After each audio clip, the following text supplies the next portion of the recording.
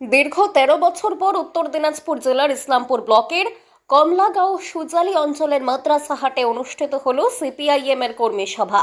দীর্ঘ বিরতির পর আয়োজিত এই সভাকে ঘিরে এলাকায় রাজনৈতিক মহলে নতুন করে চর্চা। দলের দাবি, সভায় কর্মী সমর্থকদের ব্যাপক উপস্থিতি ছিল। সভায় বক্তব্য রাখতে গিয়ে সিপিআইএম এর জেলা কমিটির সদস্য গৌতম বর্মন বিজেপি এবং তৃণমূল কংগ্রেসকে একযোগে আক্রমণ করেন। তার অভিযোগ, দুই দলের মধ্যে সিন্ডিকেট, কাটমানি, তোলাবাজি নিয়ে এক ধরনের সমঝোতা চলছে। তিনি সুজালি এলাকায় সন্ত্রাসের পরিবেশ বন্ধ করে শান্তি এবং গণতান্ত্রিক পরিবেশ ফিরিয়ে আনার দাবি জানান। এছাড়াও এসআইআর ট্রাইব্যুনাল সংক্রান্ত প্রক্রিয়ায় বহু মানুষ ভোটাধিকার থেকে বঞ্চিত হচ্ছেন বলে অভিযোগ তুলে ক্ষতিগ্রস্তদের ভোটাধিকার নিশ্চিত করার দাবিতে বৃহত্তর গণ আন্দোলনের ডাক দিয়েছেন। এই কর্মী সভায় জেলা, ব্লক, অঞ্চল স্তরের একাধিক সিপিআইএম নেতা উপস্থিত ছিলেন। দীর্ঘদিন পর সুজালিতে দলের এই কর্মসূচিকে সংগঠন পুনর্গঠনের দিক থেকে তাৎপর্যপূর্ণ বলেই মনে করছে রাজনৈতিক মহল। আজকে আমরা সুজালি অঞ্চলে সিপিআইএম এর পক্ষ থেকে আমরা কর্মী সভা করলাম মাদ্রাসা হাটে। দীর্ঘ ১৩ বছর পরে আমরা সুজালির এলাকায় কর্মসূচি করলাম। দীর্ঘ ১৫ বছর যে লুট চলেছে, এবং সবথেকে বড় কথা যে সুজালি অঞ্চলে লুটের থেকেও বড় যেটা বিষয় সেটা হচ্ছে মানুষের অধিকার, গণতান্ত্রিক অধিকারকে পুরোপুরি কেড়ে নেওয়া হয়েছিল। মানুষের বাক স্বাধীনতা ছিল না, নিজের মতামতকে মুখে পরিষ্কার ভাষায় প্রকাশ করার ক্ষমতা ছিল না। এখানে জুলুম চলেছে, একটা লুটের রাজত্ব চলছিল, এবং সেই লুটের রাজত্বর মধ্যে সবথেকে অবাক করার বিষয় তৃণমূলে মারপিট এবং বোম বন্দুকের লড়াই দীর্ঘদিন এখানে ছিল। সেই পরিবেশ তার আগে এই পরিবেশকে শেষ করে তার আগে বামফ্রন্ট জমানায় যে শান্তি সুজালির এলাকায় ছিল, সেই শান্তি ফিরিয়ে আনার দাবিতে এবং এলাকার আরও অন্যান্য দাবি নিয়ে আমরা আগামীতে সিপিআইএম লড়াই আন্দোলন আমরা সংগঠিত করব। তারই একটা প্রাথমিক ধাপ হচ্ছে আমাদের কর্মীদেরকে নিয়ে সভা, এই কর্মী সভা আমরা করলাম। দীর্ঘ ১৩ বছর পর আপনারা কর্মী সভা করেন, মানুষের কীরকম সাড়া পেলেন? মানুষের দারুণ সাড়া পড়েছে। আপনারা দেখেছেন, মিডিয়া মানুষ আপনারা যারা আছেন, প্রচুর মানুষ এখানে উপস্থিত হয়েছেন এই কর্মী সভায়।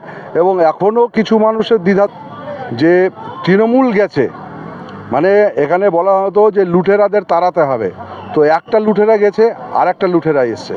আপনারা ইতিমধ্যেই সুজালির যা পরিস্থিতি আপনারা খুব ভালোভাবেই জানেন, যে কাটমানি, যে সিন্ডিকেট, যে তোলাবাজির যে চক্র যেগুলো চলছিল, এখন বিজেপি আসবার পরে সেই সিন্ডিকেট, সেই তোলাবাজির মেশিনারিটাকে ব্যবহার করে বিজেপি সেটাকে ব্যবহার করবার চেষ্টা করছে।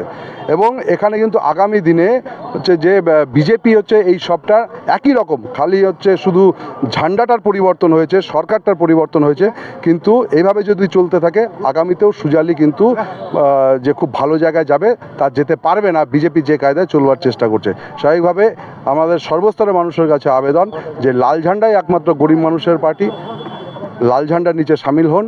কাটমানি, তোলাবাজিকে বন্ধ করতে হবে, পার্মানেন্টলি বন্ধ করতে হবে, তার জন্য সবাইকে এগিয়ে আসতে হবে।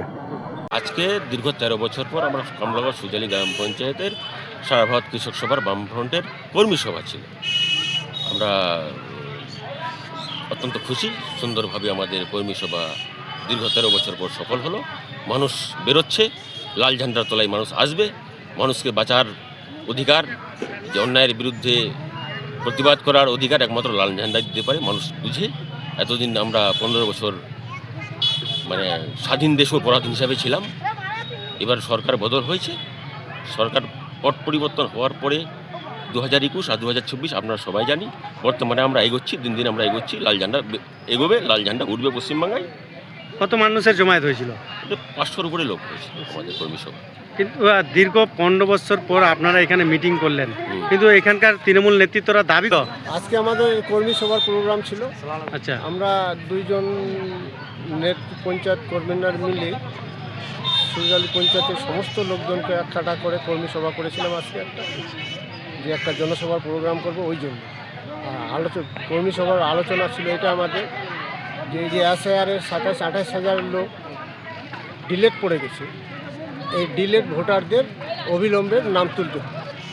আর দ্বিতীয় নম্বর প্রশ্ন হচ্ছে যে এই সরকার যেই প্রতিশ্রুতি দিয়ে পশ্চিমবাংলায় সরকার গঠন করলো, সরকার গঠন করে কিন্তু ওই প্রতিশ্রুতি একটাও করলো না, কার্যকর হলো না। এক নম্বর প্রতিশ্রুতি ছিল মধ্যে 200 ইউনিট বিল মুকুব হবে। বলছিলাম সিপিএমে তো কোনো কিছু ছিল না, এখানকার নেতৃত্বরা দাবি করছে দীর্ঘ 13 বছর